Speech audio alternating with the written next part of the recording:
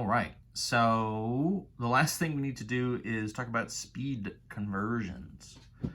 Um, so speed is like a compound unit.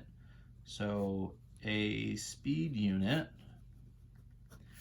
is going to equal some sort of like length or distance unit over some sort of time unit. So the classics, right, would be things like miles over hour, aka miles per hour, right? You could do meters over seconds, meters per second. You know, if you're traveling and planning some sort of trip or something, right, you could do miles per day, right? All of these are speed units, right? So they're telling you how much length, how much distance you're covering over a particular like time span. I think I just called this a compound unit. I have no idea if that's actually technically the right word for it. In some sense, it's a rate, right? Because it's a ratio with different units on the top and the bottom, so we need to keep that consistent. The strategy here, right, is so then to do conversions.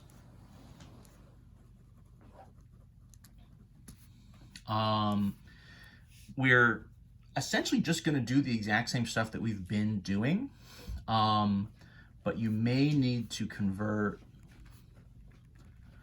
both the length and, time units, depending on what the particular setup is. Let's maybe just throw an example down. I think it's usually easiest if we kind of have something to reference. So let's convert 30 miles an hour into feet per minute as an example, right? So two things need to happen, right? I need to convert from miles to feet, and I need to convert from hours to minutes. But what's interesting here is the distance units, the length units, are essentially going to convert with the same kind of setups that we've always had, right? But the time units, the sort of fractions we use, the kind of rates that we use and multiply by, are going to be kind of flipped upside down from what you would expect, because the time units are starting in the denominator and they need to end up in the denominator. And so the way that the time units are going to cancel in some sense is going to be a reciprocal, right? A kind of mirror image of what they would be doing if we were just normally converting from hours to minutes. But if we lay everything out, so let's write this, 30 miles over 1 hour. So the way we're going to do this, right, is just lay everything out the same way we've been doing it, but now we have units not just on the top, but also on the bottom. And I'll kind of color code this a little bit. Let's do maybe just in purple, I guess, for our miles to feet. So this is miles. I want to go from miles to feet. I want feet up top, right? I want to end up in feet over minutes. That's kind of my goal. So feet up here, that means miles is down here. So it's 1 mile for every 5,280 feet, right? So if I do that setup, that would cancel, right? Kind of miles for miles. I'd have essentially feet per hour. I'm going to stack on that, right? So I also want to convert from hours to minutes. So I want minutes on the bottom, I got hours up top, and so that's going to be 1 hour per every 60 minutes. So the cancellation there, right, is hours per hours. My new units would be feet over minutes, right? Feet per minute.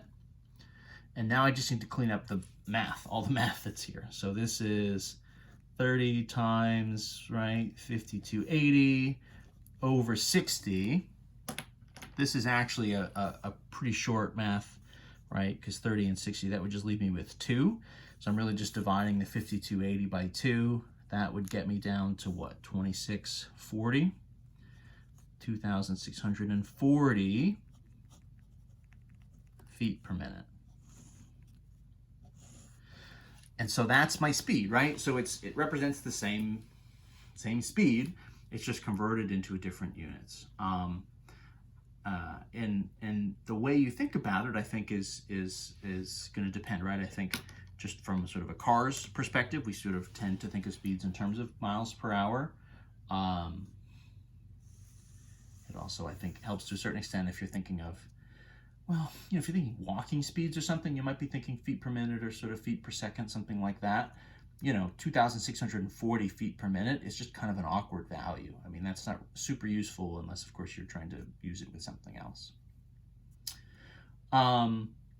Let's do another one. Let's do a metric one, maybe. How about 3.5 meters per second? Let's convert that into kilometers per hour. So let's just kind of see what happens here. I'm going to adjust a little bit the setup here. Let's just do meters to kilometers because that's metric to metric, of course, right? What I want to do is convert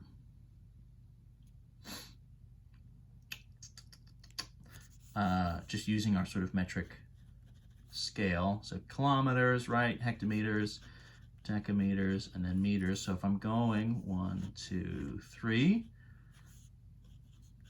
it'll be 3 to the left. So 3.5 meters. 1, 2, 3. Gosh, so what's that going to be? It's going to be 0.0035 kilometers, right? Because that goes 1, 2, 3. So we're going to go 0.0035 kilometers per second, right? So over 1 second. So that seems like a very small distance, but of course it's just because of the units. Now I'm going to convert from seconds to hours. And again, this is per second to per hour. If you think of this without writing anything down for a minute, if you travel, this distance every second, how much are you going to travel in an hour? Well, 60 seconds per hour, so it should be kind of times 60. I'm sorry, per minute, right? Times 60 to get per minute, and then 60 minutes per hour, so it should be essentially times 60 again. Let's see if that kind of intuition is going to work for us here. So I want to cancel seconds away from the bottom, so I need seconds on top, and then I can compare it to minutes. 60 seconds for every 1 minute, times then, I want minutes to be canceled, and I want to be left with hours. Yeah, right? So 60 minutes per hour. So seconds cancel seconds, minutes per minutes. So that's kilometers per hour. So my numbers here. So this small value, 0.0035, right, was kilometers, but then times 60 and times 60. So that's going to leave me with kilometers per hour. And I'll just kind of crunch this over off to the side. 0.0035 times 60 times 60, and that's going to be 12.6 kilometers per hour.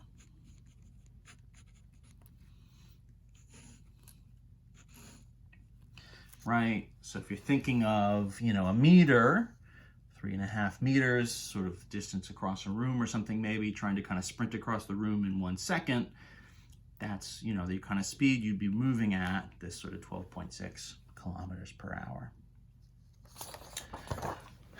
Let me do just kind of one more. I just want to do, what would maybe be kind of a classic. So let's take something like, I don't know, maybe we go, we're traveling, right? So let's say we want to travel, let's see if this is even possible, 600 kilometers per day. That's the kind of progress maybe we're trying to travel cross country or do a road trip or something. Probably not during quarantine times, but another time, a nicer time. Let's convert this into, so maybe we're traveling in Canada, we're trying to sort of get a sense, okay, I'm gonna go 600 kilometers a day. What's, in my, American car, what's that gonna need to be in kind of miles per hour? If I need to travel this distance in this time, what's my kind of miles per hour gonna be? This is not perfect, of course, because this is assuming you're driving all day, which is not exactly what's happening, but, we'll go with this. So we need to convert, obviously, kilometers to miles, and we need to go from days to hours. Kilometers per mile, right? We have every 1 kilometer, remember hopefully from 6.5, or of course you can look it up, was 0.62 miles. And then of course days to hour, every 1 day, 24 hours, right? Those are our rates. So let's see if we can set this up, if this will work out well enough. So 600 kilometers for every 1 day times, so kilometers down here, miles, right? 0.62 for 1. So that would get us our distance units squared away, our length, times my time units. So day, and I want hours down here. So 1 day, and then this is going to be 24 hours. So this kind of makes sense, right? So we'll multiply by 0.62 to convert from kilometers to miles, and then we'll do a division by 24 because we're now moving into a smaller time unit, right? So I'm going from a per day down to a per hour. So I'm sort of breaking the day up into 24 hours, and that's what the math kind of says to do here. Right, so days cancel days. So the math, 600 times 0.62 over 24. And that'd be miles per hour. We'll just kind of crunch this off to the side.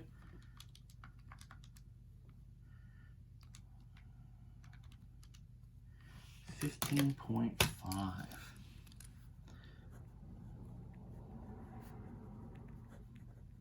15.5 miles per hour. Now, of course, again, that's if you were moving, maybe you're on a train or something.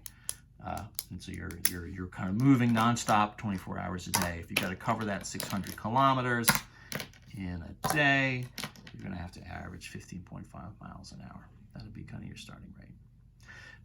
In any event, those are our speed conversions. That's how it's done. It's this sort of, I think, kind of fun combination of the different unit systems, in this case, length units and time units.